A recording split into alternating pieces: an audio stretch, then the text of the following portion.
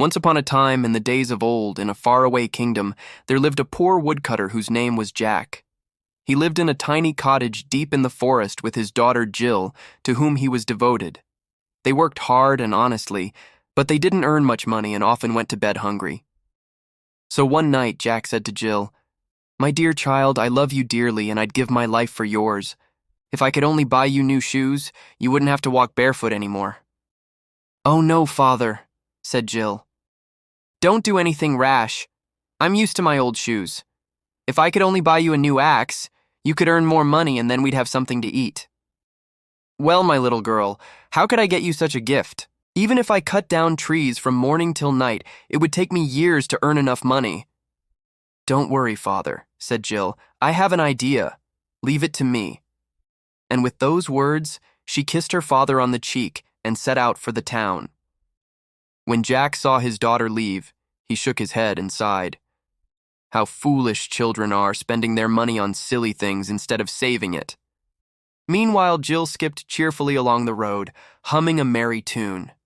Upon entering the town, she went straight to the market square, where the merchants had set up stalls and people were buying and selling all kinds of merchandise. There she saw a peddler displaying an assortment of tools, including axes. "Mr. Peddler," she asked, "how much is that axe over there?" "Ah, that axe, my little girl," said the peddler. "It's enchanted. It costs a king's ransom."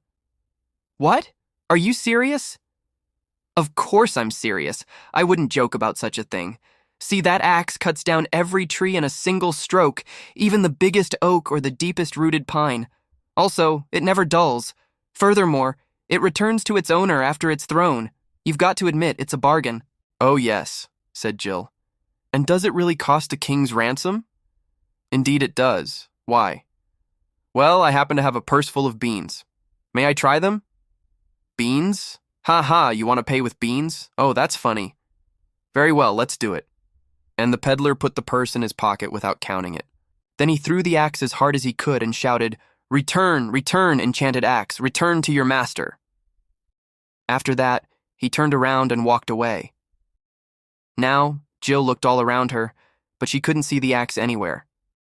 Suddenly, it landed right at her feet and she was so frightened that she screamed. "Good heavens!" said the peddler, rushing back to her. "Do you mean you can't carry the axe properly? It's much heavier than it looks, I warn you." "Oh no," said Jill. "It's not too heavy. I wanted to see if it was really enchanted, and it looks like it is. I'd like to try another one." All right, said the peddler. "Here's a wheelbarrow. It's also enchanted. Just push it along and it'll load itself with whatever you wish." "Is that a bargain?" "Sure is. So you'll pay me with beans, of course." "Of course," said Jill, and the peddler put the purse in his pocket without even glancing at it. Then he jumped in the wheelbarrow and shouted, "Go, go, enchanted wheelbarrow, take me away." When the wheelbarrow had disappeared around the corner, Jill pulled out a handful of beans and threw them in the direction the peddler had gone. "Go, go, enchanted wheelbarrow, bring back your owner." Then she waited patiently until the wheelbarrow came back empty and the peddler with it. "See," said the peddler, "I'm not such a bad fellow, am I?" "Oh no, Mr. Peddler," said Jill. "You're very kind, and you're welcome to these beans." "Good," said the peddler. "I'm getting rather hungry. Hand them over." And she emptied the purse into his hand. When the peddler saw the beans, his eyes popped wide open. "Good heavens," he stammered. "Are these really magic beans?" "Magic beans?" repeated Jill. "What do you mean?" "Why, I've just made the biggest fool of myself. I've traded an enchanted wheelbarrow for a handful of magic beans." "Enchanted wheelbarrow or magic beans? Which would you like, Mr. Peddler?" "Oh, dear me," he said. "I'd give all the money in my purse for a chance to undo this deal. I never should have taken your beans, but I'm too ashamed to ask you to take them back. So please don't tell anyone." "I promise," said Jill. "So if you ever feel like having some fun, meet me in the market square at midnight. I'll slip some beans in your pocket, and together we'll cause all sorts of mischief." "I'd like that very much," replied the peddler.